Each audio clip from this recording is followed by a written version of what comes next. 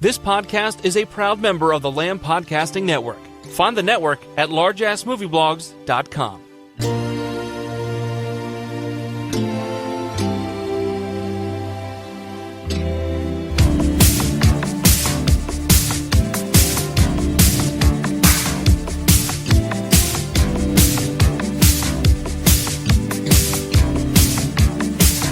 Hello everybody, and welcome to this, a very special episode of the Film Pasture, the sister podcast to the Lambcast, which can be found at largeassmovieblogs.com. I am your host, the Vern, and with me today are my very special roundtable discussion with filmmakers. I have with us Elliot Diviney, who directed American Rescue Squad. Hello, Elliot. Hi, hey, thanks for having me. We have Alexia Anastastio, who directed Little Fishes. Hello, Alexia. Hi. And we have with us Ramone Menon. Am I saying that last name right? Yeah, Menon, but I mean, I'll let you decide. But it is Menon, but Menon. Whatever. Okay, sorry. I'll take it. I'll take it. Ramone Menon, who made the film The Black Tape. Hello, everyone. Yes, thank you all for being on the show today with us.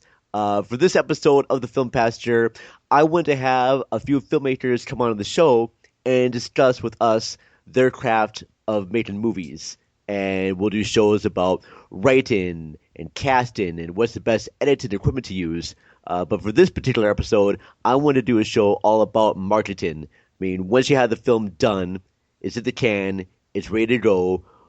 Where do you go from there? I mean, what's the best place to have your films be shown? And I think the first topic I want to bring up to you, fine folks here, is film festivals. I mean, do you feel like they gave your movie the best exposure? And which ones do you feel were the best? And I'll start this one with you, Alexia. Sure. So yeah, my films, my biggest film was Adventures in Plymptoons that I directed and produced about Oscar-nominated animator Bill Plympton, and that film I played at over 40 festivals and venues across the world. But that's also not where I started. I mean, I started my marketing before I even finished the movie through crowdfunding and going to conventions and making T-shirts and merchandise to finish the movie and to start promoting it and telling people that, hey, this is going to be done and it's going to be out there and you got to want to get in. So, but for film festivals, it is a big deal to go, and that was my first feature that I directed. So it was good to go as the product, as the film, to inspire people, but also to meet people and to see what's out there and to talk to other filmmakers. So you had to do promotion before the film even became to the film festivals itself. Absolutely. And I mean, I think doing a Kickstarter and doing the festivals, that's what got attention from my eventually distributor. Okay. Well, does anyone else have opinions about, crowdfunding, like with Kickstarter or Indiegogo? I mean, do you think that those things are a best venue to use? Any opinions of that, Elliot or Ramone? Yeah, I've run a couple of them. I've never had much success. It always kind of ends up being just friends and family that donate anyway. And then I always kind of feel bad about pestering people, every day. But those are the ones that end up becoming successful, the ones that are posted and reposted over and over again. So I think that really is the key to success. So just try to keep that thing going over and over. Yeah, using it as a marketing tool. Yeah, you got to be in people's faces kind of all the time about it. Okay. Yeah. And then it's like it also puts a big responsibility on you to go through and to honor all of the things that you promised people, because that can be a tremendous headache later on. Because when you're thinking it up, you're just imagining all these fun things to give to people, and then it comes a year later and you're scrambling to try and figure it all out and honor all of the things that you promised. What do you feel about film festivals, Elliot? Have they been benefit to you, or? Yeah, it's kind of a frustrating experience because I always submit to Sundance and Slamdance and Cannes, just hoping for the best, and it's just you put a bunch of money in a slip in an envelope and you send it off and you you rarely hear back. It's kind of like fishing. There are a lot of nets that you just openly cast out over the community, and it can be very frustrating. But once you get in, it's really exciting because it's typically you're far away from home and you're with a bunch of people that don't know you or know the movie, so it's a good way to get kind of a really honest reaction. Right. Well, Alexia, you had your film Little Fishes at cons.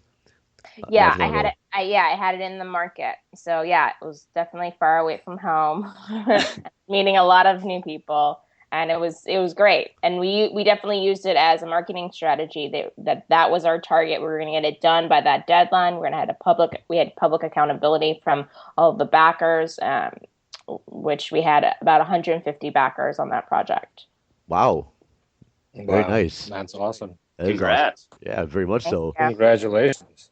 Oh. Yeah, like I feel like I'm like the small fish amongst all you guys here, because I mean this is my first feature that I'm doing with the black tape. So I mean, in terms of the crowdfunding, I think I agree in the fact that it is a tough game to play because you gotta have to honor your agreement with a lot of the backers, right? And I feel like it's very concept driven too. Like if you have a great concept, all power to you. Like I saw some great crowdfunded movies that, like I saw this Australian movie called Wormwood. It's like this zombie like horror film that was crowdfunded. Yeah, I've seen it. It's awesome. It was great. Like for Indiegogo, I think it was like $150,000, if I'm not mistaken, was the budget. I think that was great. If they pull that off on 150, that was great. So I think it can work if you have a good concept, like concept of like they had zombies in Australia, which you don't see as much. So straight away they were like, boom, yeah, we want to see this Aussie zombies. So I feel like if you have something like that, why not? But if it's a great little tender tale about your dog and its new lover, it's gonna be a little harder. Like I mean, I'm just saying you will get it if you sell it the right way, but it's so much harder to do. And kudos to them who managed to do it. But in terms of the film festival question, like I feel like it was great. Yeah, like you definitely have to throw it out there. Like, I submitted the same ones. Like Slam Dance was like my goal, but we didn't get into Slam Dance. But we got into like this other great one called Gasparilla, which really I would recommend sending because that was one of the coolest festivals to enter. Just because there were so many like cool people that you meet, filmmakers, and also just like film financiers. And I realized that was like my first entrance into the whole film festival game, and I learned so much about how to promote a film. Like it's not just about the film itself; it's just you gotta be able to sell it as a marketing piece almost. Film festivals is a good way to start thinking like the marketing team, basically. Well, I agree. Oh, sorry to interrupt you there, buddy. But I just am kind of curious too. What is like a good like marketing aspects of your film to try and sell when you went to these festivals? For instance, like I agree with Alexia, where you have to promote it before, before the film even is out there, right? So you need to like have like your marketing idea while you're making the movie, or even before you're making the movie. To be honest.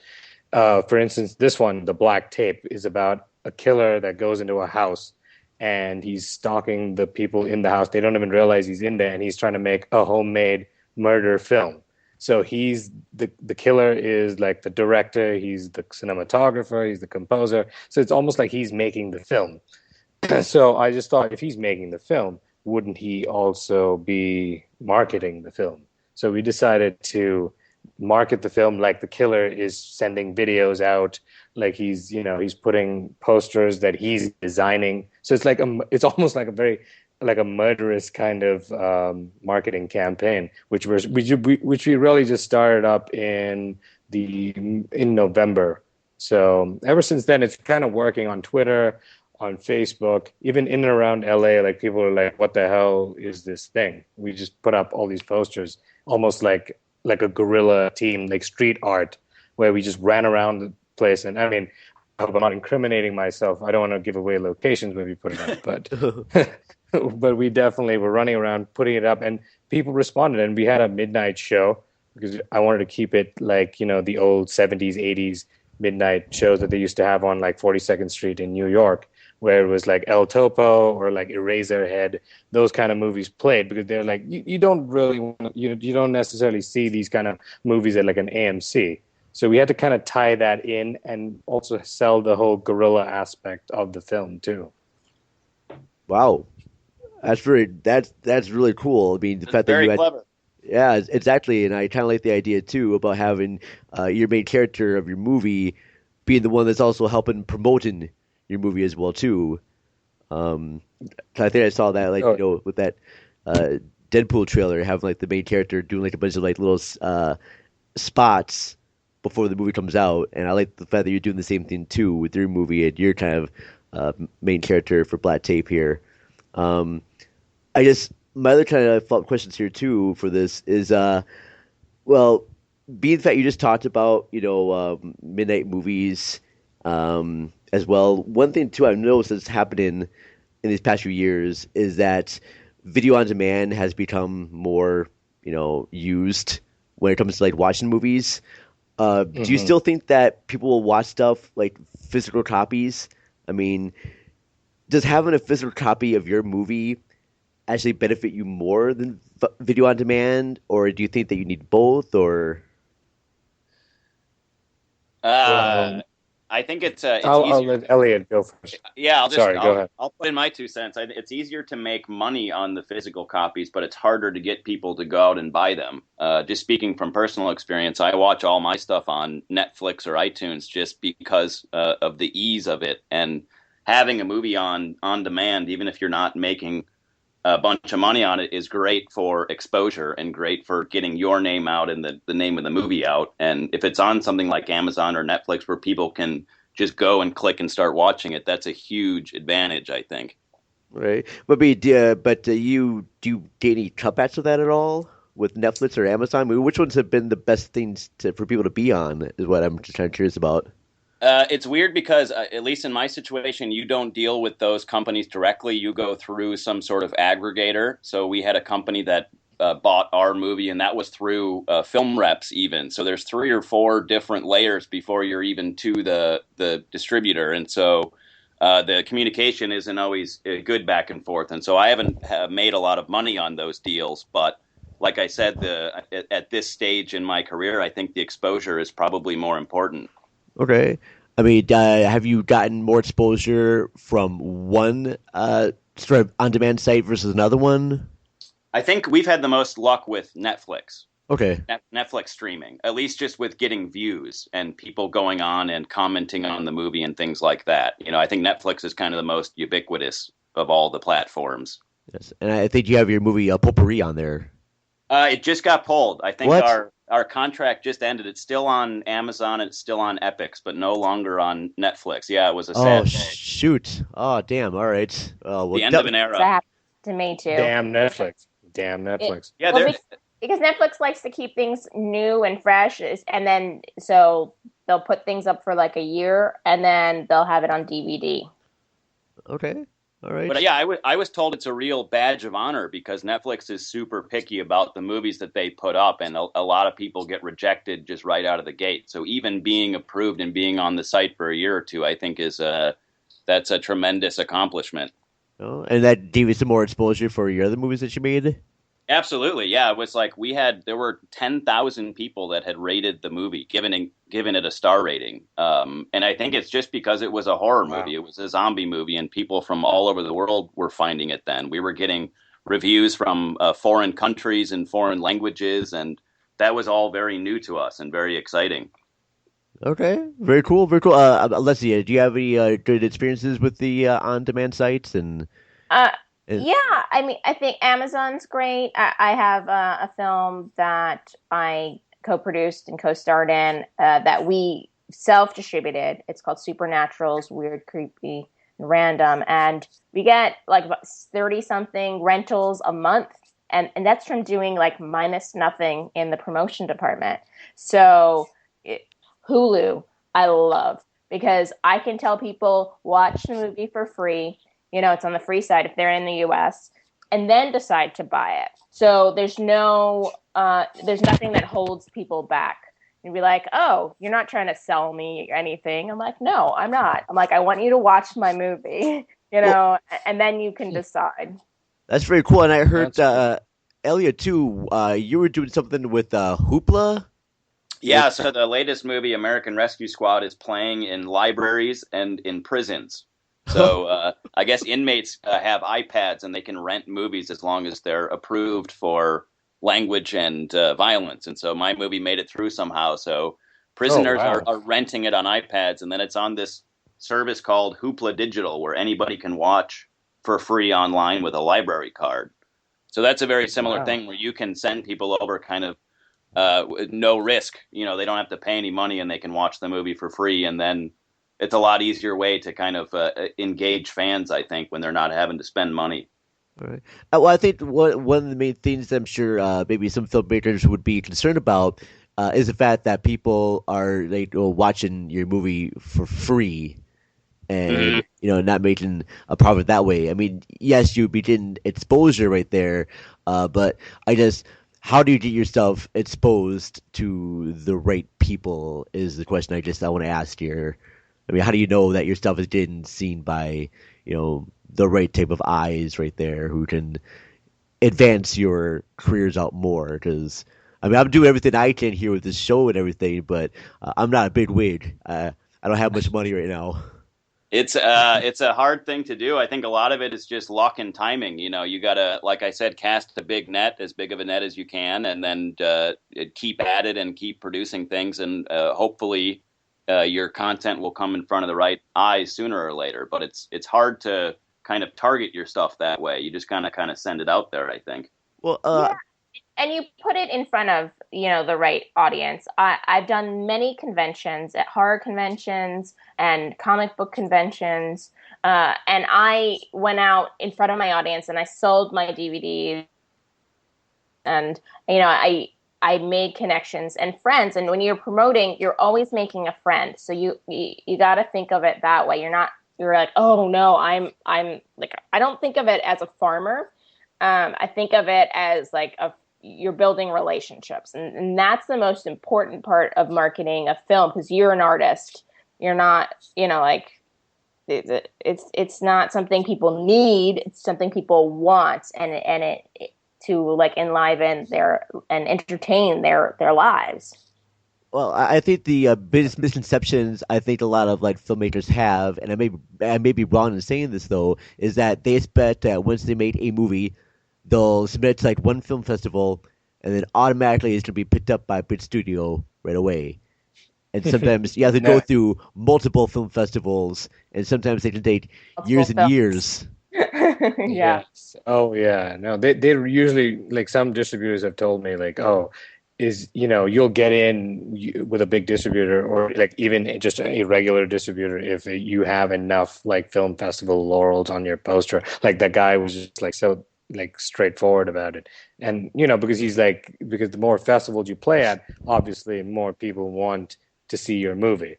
Mm-hmm. So yes, of course you have to cast your net really far and wide, but it's also they want that acceptance rate as well to a certain extent, especially when you're first starting off as well, right? Because I mean, you can raise the money, one thing, but marketing the movie and just making copies just to keep getting it out there. And Elliot was saying, paying the festival fees, that adds up eventually. So you need to be able to promote well and have an idea of what you're going to right from the start.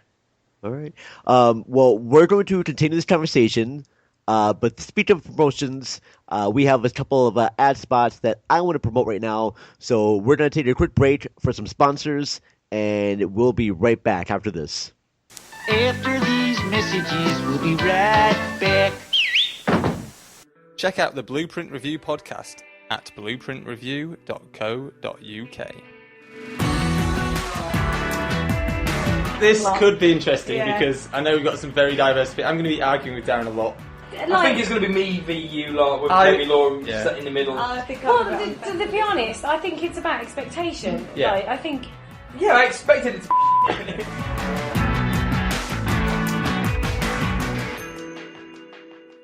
We are My name is Dustin. And my name is Jessica. And together we produce Popcorn Poops, the best married couple movie commentary track podcast on the internet.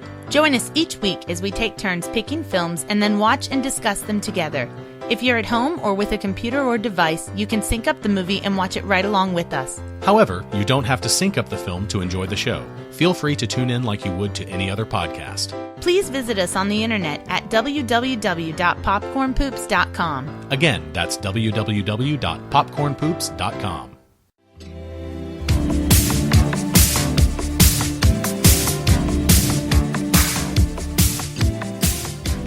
And we are back. Going more into our conversations with filmmakers Alexia, Anastastio, Elliot, Diviney, and Ramone, Menon. This has been a great show so far. And I guess my next topic that I kind of want to discuss about, because you mentioned earlier, Alexia, about promoting your movie before it gets to the film festival route. And it sounds like you were promoting most of your features before the features were even done. Am I wrong saying that? That you are correct in saying that. Okay, yeah. I mean, I guess my questions for all of you, especially Alexia here too, is that what was the best way to try to brand your site? Was it actually going out and meeting people? Was it through social media? And if it is social media, what has been the best sites for you in promoting your features? Well, I use all of the sites, so each one is different. I think before everything is it's in person, going to conventions and meeting the fans face to face, getting their emails, building up an email list. So the most important thing is email in marketing online, I believe. And so your most important thing is your site, and your email list. And then I would say Facebook, creating fan pages for the films and building up an audience there. But my biggest fan page is for a documentary I'm not even finished with yet. I'm finishing up this year. It's about women with natural red hair called Ginger Girls, The Secret Lives of Redheads. And because I started, before I'm done, I already have 2,700 people on my fan page. Every time I post something, an article, whatever, gets shared, and people are fanatic about it. So distributors have noticed that. They've noticed I did Kickstarter. I already got national press. Bill Geist of CBS Sunday Morning interviewed me, and I was recommended for that. And I would never have been recommended for that if I didn't do 3 Kickstarter campaigns, and the first one failed. So it's just keeping at it, and actually Tumblr was great for that because there are some redhead fanatics on Tumblr. Oh, very cool. That's Twitter, awesome. And then also live streaming. I am eating up live streaming right now for my last campaign for my next film, The Fantastic Santa Monica. I really jumped into Blab. I am loving Blab because you can have a real conversation. You can see people because they're on webcam, and you can build that relationship on 1 touch versus 7 touches. People talk about the marketing rule of 7, but when you're talking to somebody face to face and you can see the expression on their face, you're building a real relationship, and they want to see you succeed. Well, shoot, someone tells me we should have done this show on that Blob network then. You could have easily. Part 2 sequel for sure. We can, see our faces now, but right now you don't want to see my face. My face is kind of a mess from last night, but my face is always a mess. Your face is wonderful. Yeah. You and on Blab, you could easily, they send you the video file and the audio file to download in your email right after you're done. Oh yeah, that's smart. Yeah, you definitely need that for promoting as well, right? Eventually, distributors would love that kind of stuff. Well, speaking about distributors, I mean, has there ever been any bad stories with distributors that you guys have come across, or people that have promised something but they never delivered? And it's hard to name them. I don't want you don't have to name names at all, but I had some I've had some frustrating experiences going with distributors, giving them the movie. They have it for a while, and then nothing becomes of it, and they end up giving it back.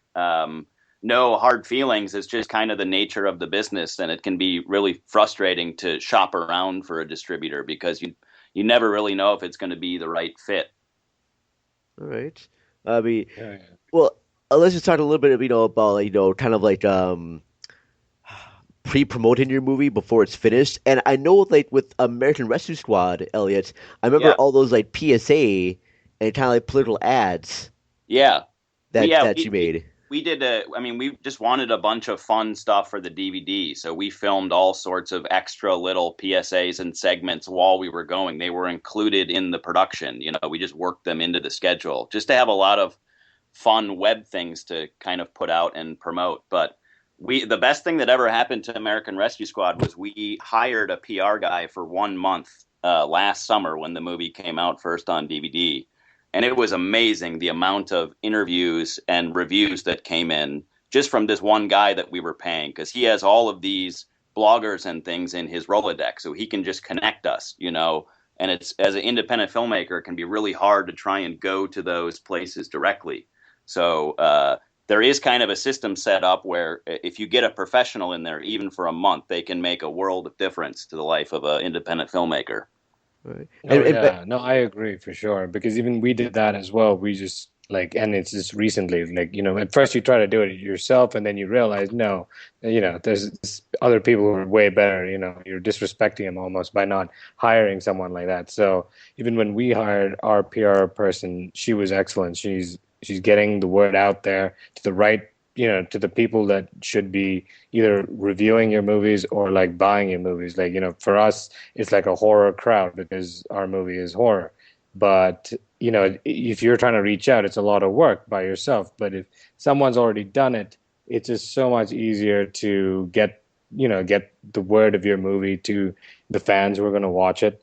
And also to the eyes of certain distributors. For instance, we caught the eye of someone from Blumhouse who did a little a live stream of a movie called 15 on Halloween. They did this live stream of this movie called 15, and the director of that film, it was kind of very similar to The Black Tape in that way, where there was a murderer running around trying to kill somebody on Halloween and do a live stream, and then we sent the director a tweet saying, from our killer, on Twitter, saying, well, copycats are great, but, here's the real deal, with a link to our trailer. And the director from that film wrote back and was like, oh, yeah, what is this film? I want to check it out. So, it was little tricks like that help, even though it's not but you have to catch it in the moment. The moment we heard there was this movie going to be streamed on Periscope by Blumhouse, we were like, yeah, let's jump on it because it's very similar to the concept of The Black Tape. That is cool. That is really cool there, man. What I want to know, too, is that what can fans who like the movies that people make, what can they do to kind of help out a little bit? Because in this day and age, we could probably, tweet out trailers and whatnot there. We can post on Facebook, but is there anything more that fans of your movies can do to, help, or even not only that too, but help support independent film cinema as well? Share, just share. I feel like that, sharing on those social sites goes a long way. We think, it's just one share or two share, but eventually that just builds up, and people, you don't know who's gonna see what somebody shares, right? So I feel like if you're a fan, because you can't do much else other than buying the movie on VOD or going and seeing it when we four-wall it in a theater, or sharing, literally liking it and sharing it, that helps build the word of the movie, at least from what I've seen. All right. Yeah, and I also I say get involved. I love when in my projects, whether it's volunteering for a convention or an event that I'm doing, or even on set, or also in the marketing department. I often take on interns and I teach them how to do it. So I might have a marketing assistant that helps me with reaching out to bloggers and and online professionals, journalists. Yeah, so reach out to them because there's so many different ways that the fans can get involved. The film, I think film is like the perfect medium because it is a collaborative medium. Like it's not just a one-person show. So there's so many different jobs, including, like sometimes it's even cooking a meal for the cast and crew, on set. So, yeah. Nice. Yeah, it's like word of mouth is still the most powerful thing there is. I think even for the big movies. And so just tell a friend. I think that's the best thing you can do for an independent film. And also go out and see local screenings, go to local festivals. Film is kind of all about the audience. It's a match between the filmmaker and the audience. And so it's important to get out there and kind of support and go to things you don't know anything about. Yeah. And take a chance, take a chance on something you haven't seen before or don't know anybody involved, because that's oftentimes really fun to just go in blind to a movie. Yeah, I mean, it's one thing too, and I've I talked with you about this offline, Elliot, about trying to do a movie event as well with some of your flicks and some bands, and we're gonna try to make that happen. Hopefully, with these new jobs here, I'll be able to afford money for that though. But yeah, I mean, if you can, people try to put together your own film festivals in your hometown right there. Rent out a theater. And then get in contact with these filmmakers about getting their films shown there. I mean, why not have your own film festival? I know that one of my friends, she's going to be probably hosting some sort of festival soon too. So why not do that?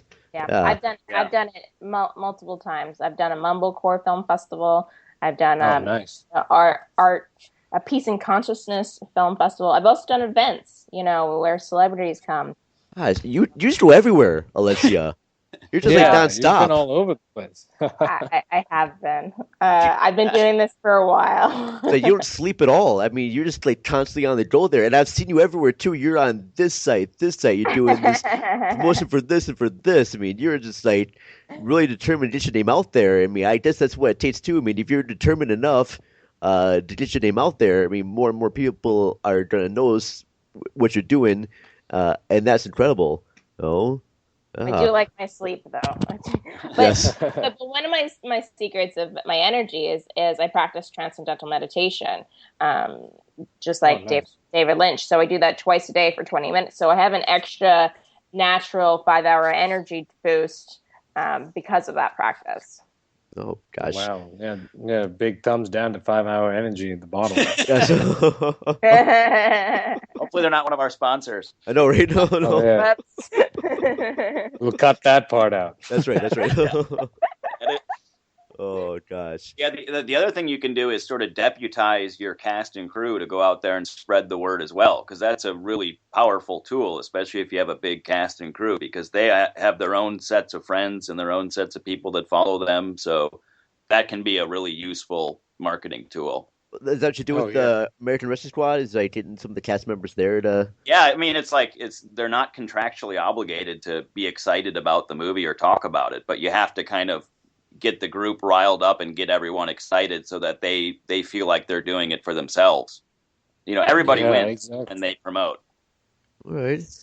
Yeah, we did the same thing too. Like even our lead actress, her name is Elena Madison. She's got a pretty decent big name amongst like the cult horror fans, especially like what I've seen in LA for sure. So she's got a lot of followers, and immediately we noticed like our following increases the moment you have like somebody in the movie who actually already has a lot of followers. I'd say it's a quick trick, because even I saw it at a couple of film festivals where like people were like, look, I've got these cast members. I know it's a terrible way to do it, but they were like, but look at these cast members. She's got, like 80,000 followers on like Instagram, and look, he's got a whole bunch of followers. Usually a lot of girls who have a lot of the followers from what I've seen. But, I wouldn't say it's the most ideal way to do it, but, it definitely helps get the word out there. If you can cast someone of repute or like with a lot of followers, even in a small role, you can link them, put them in a poster, put them in like not of the screenshot, like even a publicity shot or something, and then immediately their followers see their picture up and they're like aware of your movie. Something, even though they may not like the genre or whatever, they're aware of it, and that's just good for your movie. Well, that's very cool. I just kind of curious too. Are there any sort of like venues besides like social media tools that people can use to help promote the films? I know you talk about conventions and things like that too, but I don't. Is that still working anymore too? About just putting up flyers, I guess, in places. I'm new to this whole thing about marketing and whatnot there, and so I'm having a great time listening to all of your thoughts about this. But I'm just kind of curious. Does like just going out on the street, like street marketing, does that still work at all? I think can I jump in for a second? Oh, hey, sorry. Jessica. Right, You're here. no. Well, here's the thing. My computer looked like it was working Skype and just none of you were on it. And then I Googled and I'm like, am I sure it's 11? I was like, whatever, maybe you're late. And around 11:25, I was like, it's still looking like nobody was on. And I called my friend and I was like, can you Skype me? And she's calling me. She's like, you're not on. And I'm looking at Skype. I'm like, I'm on. And I Googled it. And apparently there was a software glitch with the Mac, the last update that I didn't know about because I haven't used Skype in, I guess, a while. Anyway, so I had to deinstall, reinstall, and then restart everything, and here we are. But this is a perfect opportunity. Welcome to the show. We have a newcomer to our show. Pardon? Hello, Jessica. Hi. We have a newcomer to our show. We have with us Jessica Cameron, the filmmaker behind Truth or Dare and Mania. Hello, Jessica. Welcome.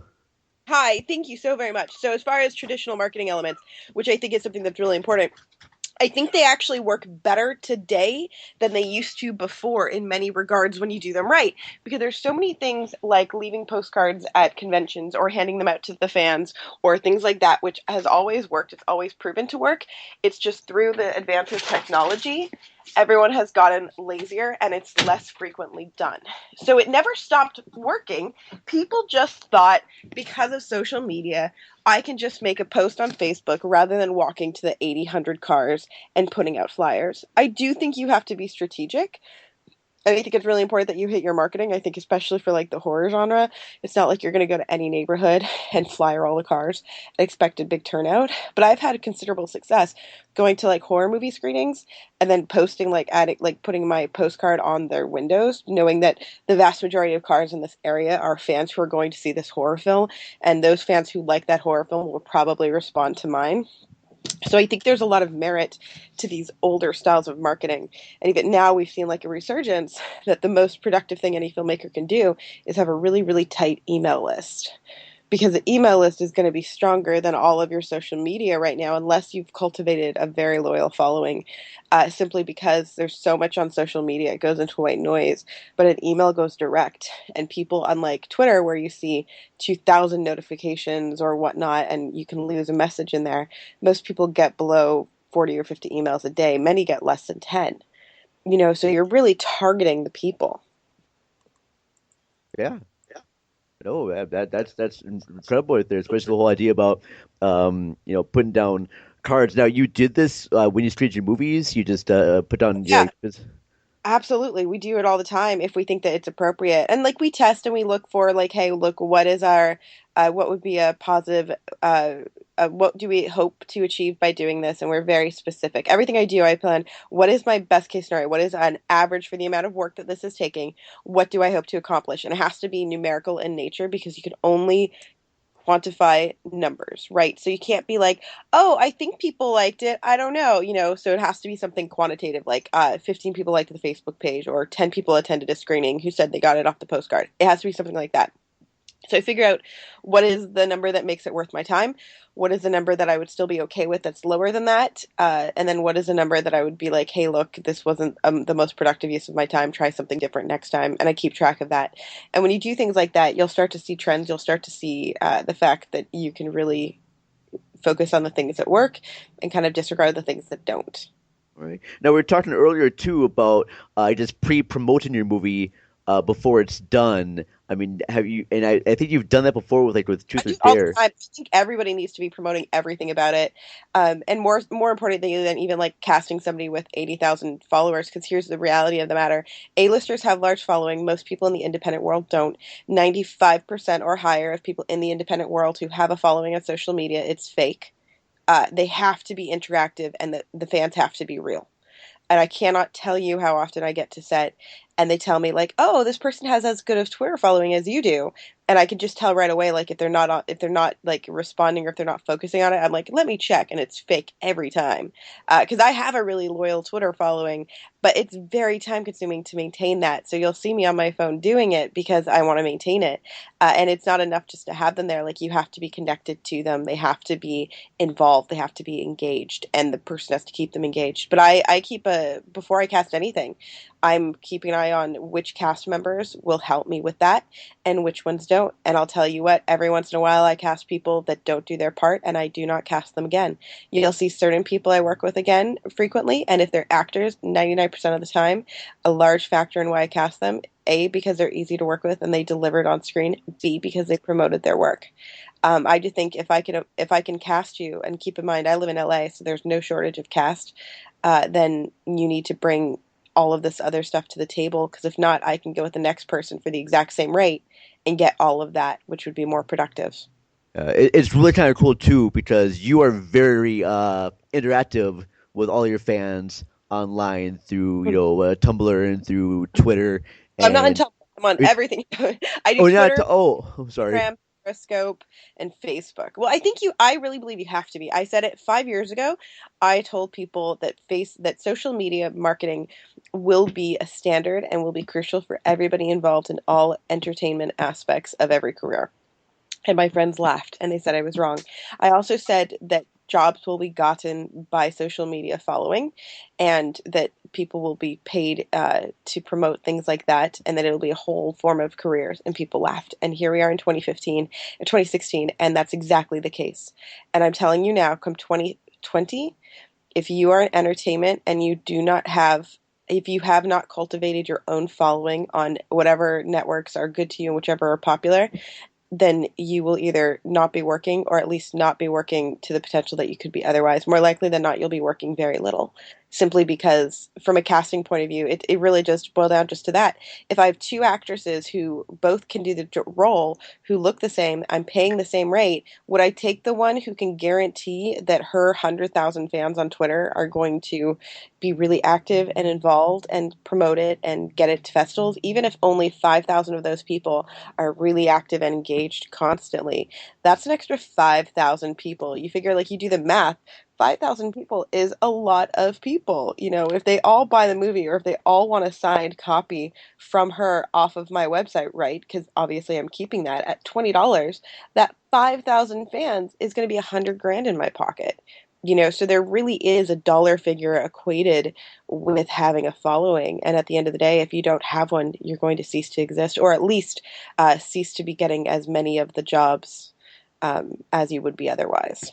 I know I get cast at least 3 to 5 projects I do a year as an actress. I'm pretty much solely cast off the fact that I have a really loyal audience.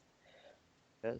And listeners, this is also kind of a nice thing too, because Jessica Cameron was in a movie that our other director here has made, Elliot Diviney. She was in Potpourri, so check that out when you can. Please do. I believe it's still available on Netflix. And no, if you not anymore. It's not anymore? Damn it. Not so when are you get some more DVDs printed? But hint, hint. It's on both Amazon and Epix streaming. We're working on a new DVD batch. We're trying to do some fun stuff, kind of a special edition. So hopefully sometime this year. Nice. And what is the log line of that one, just for the people listening? Because I always screw it up, but you probably won't. Jason, do you know it? It's a time travel zombie holiday drug infused fantasy musical with something. I think you got right there. It's like every genre you can think of crammed into one. It's amazing. Send it to me. Try to say that, Send and I it to screw me it up, right now. but it's still awesome, and people are like, "Oh my god, I have to see that," and it's just so fun. A drug-induced time travel musical with zombies. Is that it? Okay. I think so. Yeah. I am very excited about this. I'm holding the DVD right now. A drug-infused time travel holiday fantasy musical comedy with zombies. Yeah. All right. That's kind of close to there. Yeah. Yeah. Close enough. There you go. The other thing, because I walked into your conversation, so I don't want to backtrack too much, but I do want to say something because I do think it's important for any filmmakers listening. I actually am not a fan of the whole make your own film festival, only because I want to make movies, and I feel like making a film festival. Here's the thing for me, and that if for those of you listening, if you haven't run a film festival, it is more than a full-time job. It is again like 60-hour weeks to do right, to get all your press and your promotion, your marketing, your funding, your sponsors, your yada yada yada, your approvals, all that stuff. But I do want to say, so for me, I don't feel for me that's right, only because the amount of time I have to do that means I'm not making movies, and I like to make movies, and making movies is my goal, specifically features, which features are very time consuming. You're looking at 1 to 3 years of your life that is devoted to a film. So even I don't sleep very much, and I have a hard time keeping up with all of my movies because I just love them so much. That being said, I do want to point out that there are so many great film festivals that will partner with you, that will do it. And there's people who love running a film festival the way that I love making movies. So I've found tremendous success with finding those people and then figuring out what I can do to help them in their endeavors. So, Arizona Underground, which is in Tucson, the guys who run that are top-notch people, and they're amazing. And I will drive the 9 hours each way to Tucson any day of the month to do anything to support them. And they will go out of their way to support me, and they have for my entire career. So people like that are who I try to find, like the people that just genuinely love independent films. And like these guys spend literally every second of their spare time all year long promoting indie film, promoting the festival, and it's really impressive. And you can find festivals like that all over the world. So I actually don't think like the need to make your own festival, although I would say make your own screening if you want to do a screening like in your hometown, like I know Elliot did. That's one thing, but to do a whole festival, it's just so time consuming. It's so much work.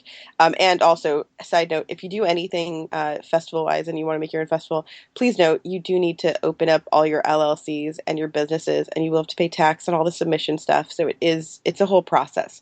But don't neglect that, because otherwise the tax man can come over and get you. But I do know somebody who tried to be like, well, whatever, it's just a film festival, I'm going to take submission fees. Yeah, guess what? The law says you have to pay taxes. The law says you need an accountant. Like, the law says it's a business. So note that you do need to maintain all of that. But like I said, there's just so many great people to partner with. For me, I'd rather make the movies. And then find those people who would rather be doing nothing other than the film festival and be like, hey, let's hook up. What can I do? Yeah. Gosh, I was loving listening to you talk. This has been a learning experiences for me. I'm sure a lot of people too. My final question here before we get into promotions is, how much money do you think you spend on just promoting your movies? Do you spend more on promoting your movies or more on making your movies? Or is it both? I've spent way more making the movies and was kind of foolish about not setting aside money for marketings and promotions, and learned the hard way that that's a big part of the game. And so now moving forward, I think I would devote a lot more money to promotions than I had in the past. But a lot of it is just time. A lot of it is time spent. But how much money do you think you would need to set aside for marketing your movies? And this is for everyone too. I would say at least 25%, to be honest. Like, from what I've seen, has just been 25% of your budget, really. Like, if you think you've got 100% of the budget just for the film, no. Like, I would say at least 25%. I mean, of course, there's other avenues to do it, but from what I've seen, just because, like, especially in genre films and stuff, it takes a lot. So it depends if you want to run it through print or do you want to run it through social media. But I would, for a safe number, would be 20-25%. All right.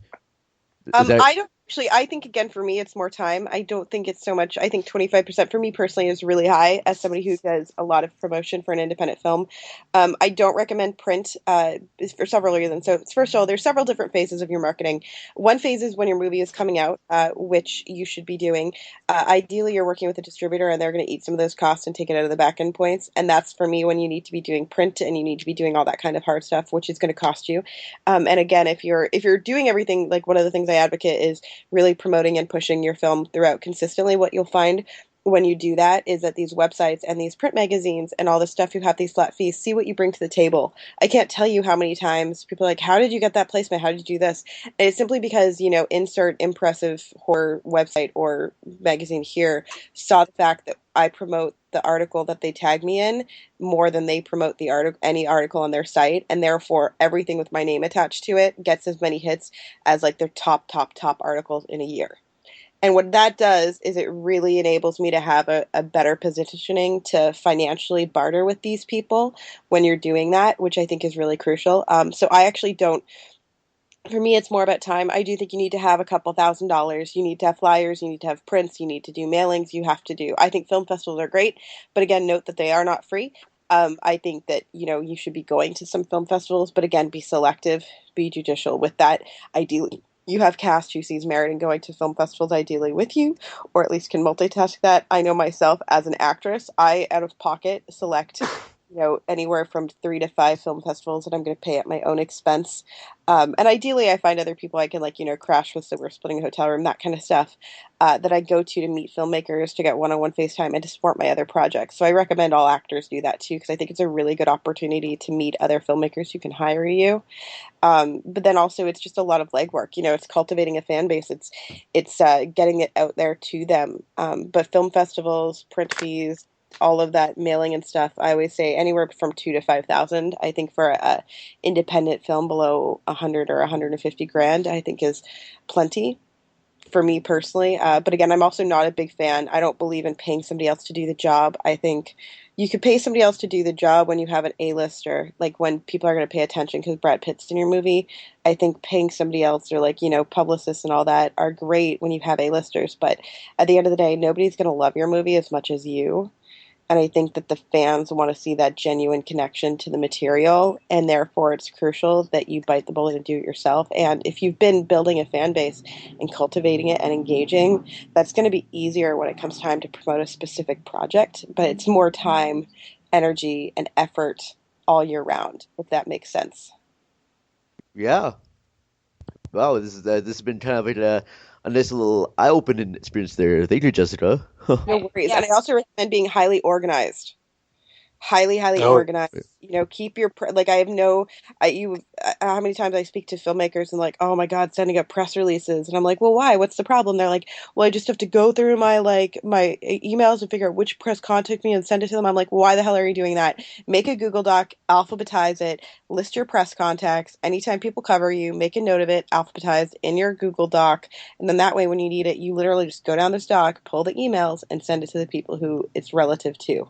And if you do that, I do that for everything. I have a film festival doc. I have which is, by the way, nearly 300 pages, because I keep track of which film festivals are watching what types of film, which ones play to which audience. Because if I'm going to give a $75 submission fee, I want to make sure that the film is likely to be picked and that the audience is likely to respond to it, because there's so many film festivals out there that you could spend $25,000 just in film festival submits, and it's not going to help your movie per se, any more than just being targeted, selected. So I actually never spend more than $1,000 on a film festival run.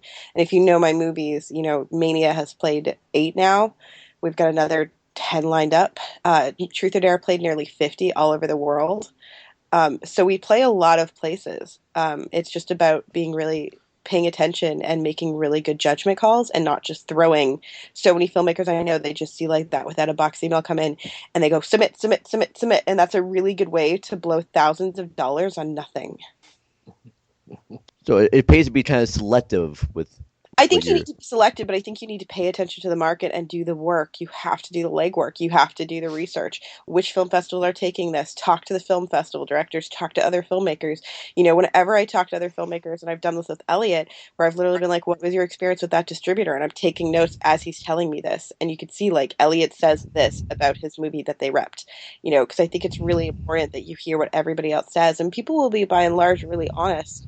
And then you can judge from that going forward, but I can't tell you how many times people have told me, they're like, oh, well, I submit to TIFF every year. Well, here's fun facts. TIFF will only take you, Toronto International Film Festival, if you're a premiere, first of all. Second of all, X number of spots for the Midnight Madness are pre-bought by agencies for films that they rep that are not announced, and then they announce their acquisition during it. So there's maybe only 2 open spots, and they get, I don't know, 15,000 submits, some ridiculous amount of submits. So it's literally the chance of your film getting picked if you don't know people is virtually impossible and therefore a waste of money. But I know filmmakers who do it every year, and it's an expensive fee. It's like $100 or something. So I think it's just important to be smart, to ask around, take notes, be organized so that when you need the information, you're not searching for it. It's just there. And that's why, like, when I send a press release, it's time consuming because I've got so many wonderful press contacts I love, but it's not a hard process because I just go to my list, pull the email address, send it, pull it, send it, pull it, send it. All right. Well, I agree with very organized. Yeah, I agree with Jessica that you do need to be super organized. For me, with Adventures in Plymptoons, as I also played a lot of festivals, I didn't pay festival fees most of the time, and that's because of the relationships I built. I also had a targeted list of festivals that, since it's about Oscar-nominated animated festivals that have already accepted and have played Bill's films. I focused on those, and then festivals that I liked and I wanted to go to. And then I emailed them directly. Would you be interested in this film? Here's the trailer. And then can you waive the submission fee? Because just postage alone is a fee, that you're paying. And then also asking them, do you have a budget? Do you have a screening? Because we can charge a screening fee. So asking them, and then if they want you there, can they fly you and put you up? And so I actually got flown to a lot of these festivals because I just asked. Yeah. So that's all it takes too, is just ask as many people as you can, and like what Jessica said too about being selective with the process as well. Yeah, exactly what Jessica said with being targeted. Mm-hmm. And you hit a great nail on the head, which I cannot say enough as well, which I neglected to mention, so thank you. Emailing them and finding out, if you have any questions, find out. But the other thing, too, let's be honest here, and if you are a film festival, please don't hate me for saying this, but I'm going to keep it real because that's the only thing I know how to do. I only know of 2 film festivals that watch every single submit. And when you do the math, think about it. It's virtually impossible to watch thousands of 90-minute films. That's just the reality. You know what I mean? Here's the thing. I'm a filmmaker. I don't hate the festivals that don't watch it. I understand. It's virtually impossible. I've actually done film festival there. I judged the WIATV Awards or whatever, which is like the web series. As far as I could tell, I'm one of the only people that watched each and every one that got my votes in, because even watching 50 web series was so time consuming and tedious. And then legitimately watching with not your eyes glaze over, because there's a point where you allot time, but there's just not enough hours in the day and you're not getting paid to do it, or if you are, it's a token fee. They don't. So when you email them and you find it if they're excited or if they like it, a lot of the time you can tell if they're actually going to pay your film any attention. And therefore, it's not going to get lost in the shuffle. And I think, too, making sure if there's anything that could be offensive, just ask. Mania, we have nudity. There's been several festivals. I email them. It's funny because, some festivals right back, they're of course we don't care if there's nudity. It's fine. And they're that's so funny that you're emailing. Why would you email that? Well, several things. I just want to get on your radar. But also, there's been 3 that have said, I'm sorry, we play at a theater that doesn't allow a lot of nudity in content. One of the ones that showed Truth or Dare, which is a graphic torture flick. Torture is fine. Female on female sex is not okay, because apparently it's at some student, university campus situation where they just have a problem with it. So when in doubt, ask, and the emailing is a great way to sort of gauge that. And also you could tell really quickly from an email if they're really paying attention, or if they're just this chick. And if they're worth your submit, you can tell, you're smiling, because I bet you're thinking the same thing when you get the email back where they're sure, we accept all kinds of films. We don't have a problem with horror. Horror is fine. Yeah. But they're probably thinking that's going to be some sort of safe PG-13 type of horror. Right? Yeah. Well, and then and the reality of the matter is there's festivals, if they're not a horror festival, there's a lot of festivals that don't like horror. They don't see it as a real genre, but they're not going to tell you, don't give us money. Yeah, exactly. We'll take your submission knowing that they're not going to watch it. You know what I mean? So when you email them, you can really tell that so much.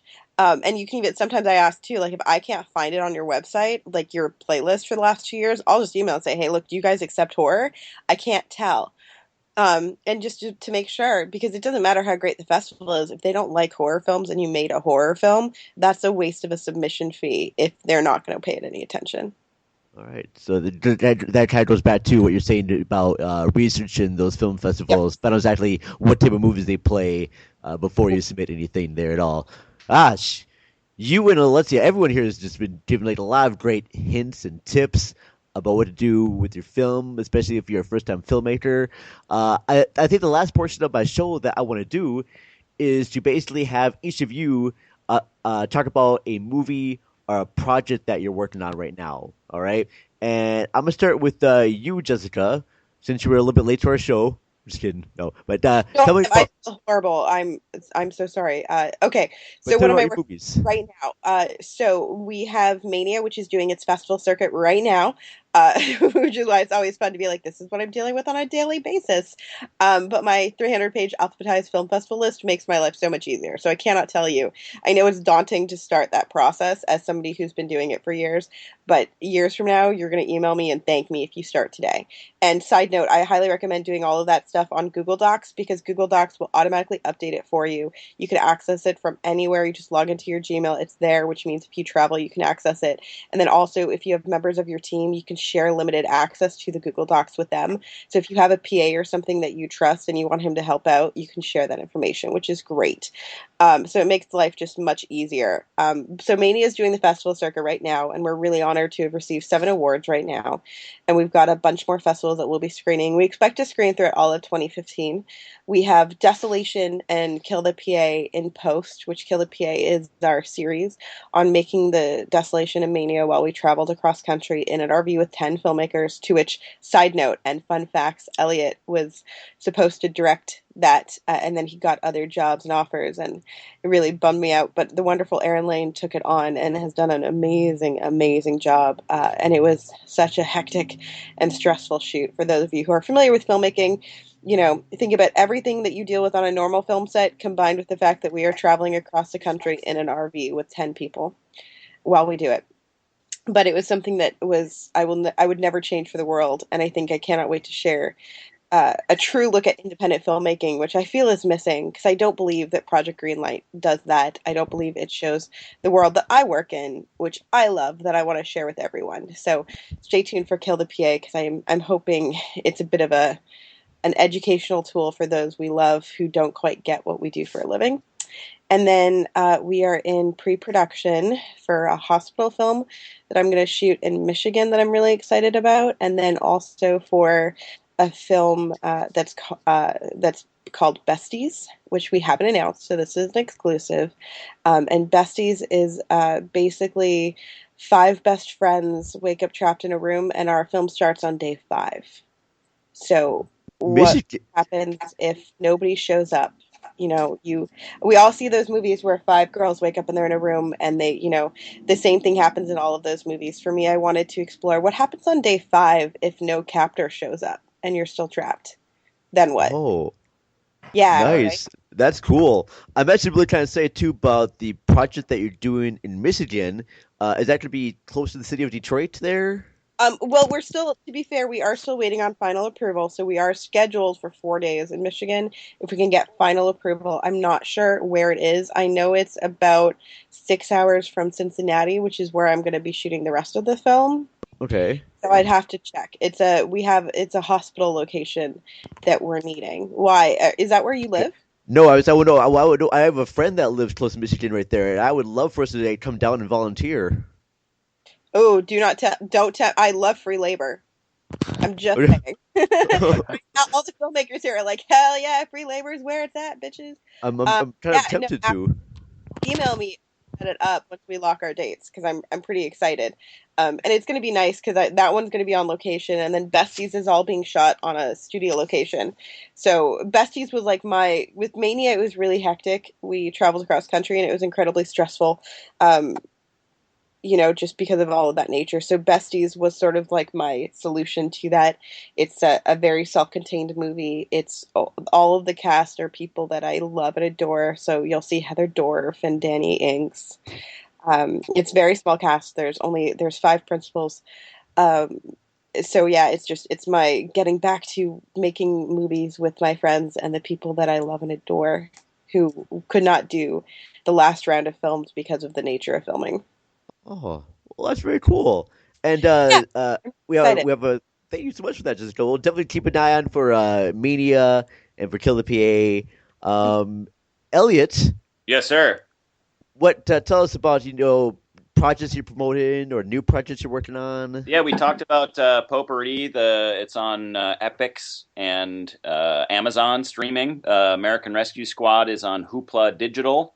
And then I've just been writing like a madman, doing a bunch of scripts. I'm trying to get an agent and hoping to just work on some movies where I'm only the writer, and just focusing on that for right now. I know we talked a little bit about the Cannabis Chronicles, which I just did a rewrite on, and I'm very excited about. But I'm just focusing on scripts right now. All right, very cool, man. Also, be He's sure. a wonderful writer. If he hasn't mentioned that, he's brilliant. Movies are thank great. you. Potpourri, American Rescue Squad. It's brilliant. I think I mentioned before in one of my reviews, and I said that American Rescue Squad felt like old, David Zucker films. It's like David Zucker meets Trey Parker, and Matt Stone. It's a brilliant satire. That was the nicest thing anyone's ever said to me.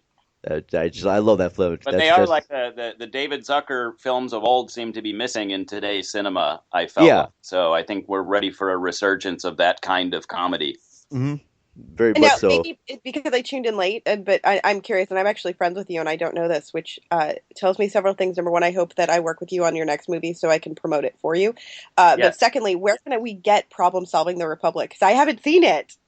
Oh, so yeah, it's now called American Rescue Squad. We got a new poster, new title, and it's out on. You can buy DVDs anywhere online. So Target, Best Buy, Amazon, One Up Collectibles from the distributor directly, MVD. Or if you have a library card, you can stream it online for free at hoopladigital.com.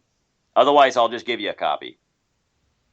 Oh, very cool. Well, you can give me a copy, but definitely everybody else can go to all of those places. Yeah, and I'll make sure I'll post links on our page as well about where you can go to find these movies. So yeah, we're waiting about iTunes release for American Rescue Squad. So that's the one that we'll really be promoting, but we don't know the details yet.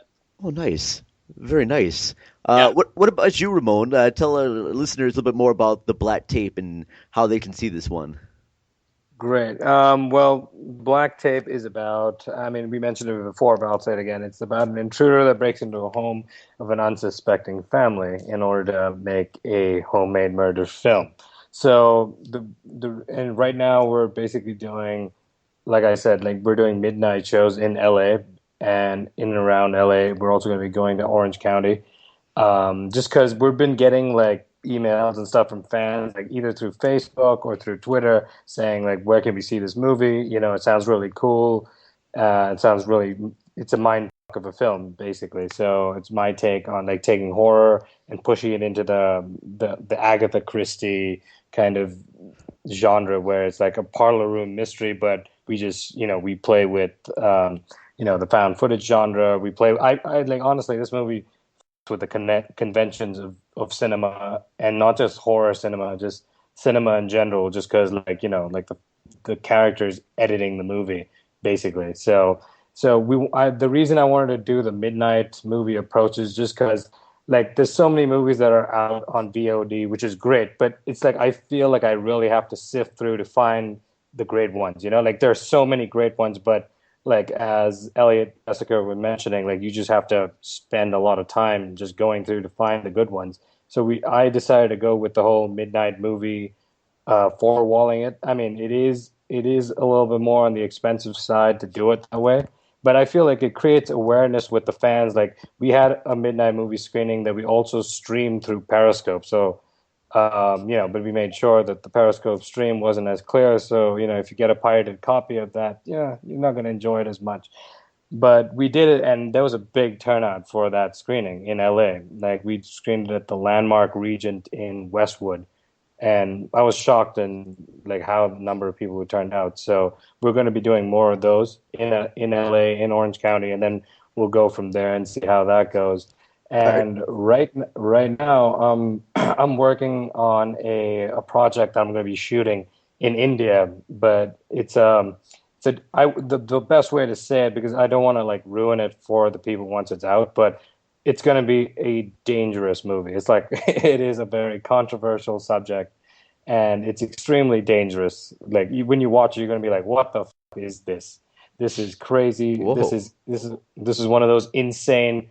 Like it's gonna sneak up on you. Like really. a Cannibal Like, Holocaust type of thing? That type oh of no, dangerous? no! I would no, not that dangerous. We'll not. We're not going to kill any turtles on this one. No. Okay. But it's definitely going to be. It's a subject matter that if I mention it, it kind of ruins it. So I'm just. Okay. I just feel like we're going to be shooting it in India, so it's going to be a big. It's going to be a big kick up the ass of cinema, and I'm looking forward to like playing with the conventions again of cinema, just because I've learned a lot on the black tape that I wanted to apply to this movie. Again, it's going to be in the horror genre, but I'm going to be reaching into like the other genres like black comedy, kind of like the Brian De Palma movies used to do, kind of like the South Korean cinema does. Like they take very dark subject matter and twist it, and you laugh at a lot of the scenes, but it just really turns ugly very soon. And I feel like cinema doesn't do enough of that. Like I'm sure like the films of Jessica kind of, like I'm looking forward to seeing Truth or Dare, because I looked it up and I was like, I want to see this movie. So, I'm definitely going in that vein of cinema for sure. Very cool. Thank you so much. And finally, with you, Alexia, tell me a little bit about the projects you're doing or stuff you want to promote. Yeah, sure. Well, yeah, you can always watch Adventures in Plymptoons on Hulu if you're in the US, or Vimeo or Amazon, all that. I am actually, I've hired a new editor to do a kind of TV cut or shorter cut of Little Fishes. So we're going to be digitally distributing that in the second quarter of this year. So excited about that. Finishing up Ginger Girls, The Secret Lives of Redheads. So I'm casting more redheads for the documentary and the book. So if you know anybody with natural red hair that are female. I do. Good. One of my best friend's wife is a ginger. Send them my way. Awesome. Okay. And I'm finishing up the script this month by like February 15th of my next film, The Fantastic Santa Monica. That's about a group of performance artists who are looking for love, connection, and significance in Los Angeles. And getting my dream funding class about crowdfunding up on Udemy. Very excited about that. And then my retreat in Thailand, Secret Divas Awaken Your Creative Power, in November. So I'm pretty pumped about that too. Yes, and be pumped too, because I've seen the Adventures in Plymptoons and Little Fishes, and those are both very good movies actually. So the way that she actually was able to chronicle Bill Plympton's life in there is actually really well done. I appreciate that. Thank you. Yes. I think that's trying to kind of wrap up our show right now of the Film Pasture, but I definitely want to say thank you all to everyone who has been on the show. A big thank you to Alexia, to Jessica, to Elliot, to Ramone. These are all very talented people who made really good movies, and they have taken up their time to be on our show to help out independent filmmakers like yourselves and getting their films shown. So I just want to give them all a great big round of applause and say thank you very much for doing this. Going forward here, folks, we plan to do a show like this every 1 to 2 months or so, just having different filmmakers and actors be on here and talk about their craft of filmmaking. I want to do shows about writing, and we'll do shows about acting, like I said before, about maybe best camera equipment. Don't know for sure who's going to be on our next show. I know I'm talking to a few people, but I don't want to say who just yet because it hasn't really been confirmed yet. But stay tuned. We will be back with more episodes later on. You can follow the Film Pasture on Twitter at Film Pasture. You can even see our post on Facebook. Just type in the Film Pasture on Facebook. You can follow me, the Vern, at Video Vanguard. on Twitter as there as well. I try to respond as best as I can.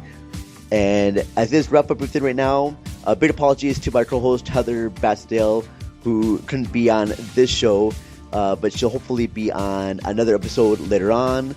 And until next time, everyone, have a good night, everybody.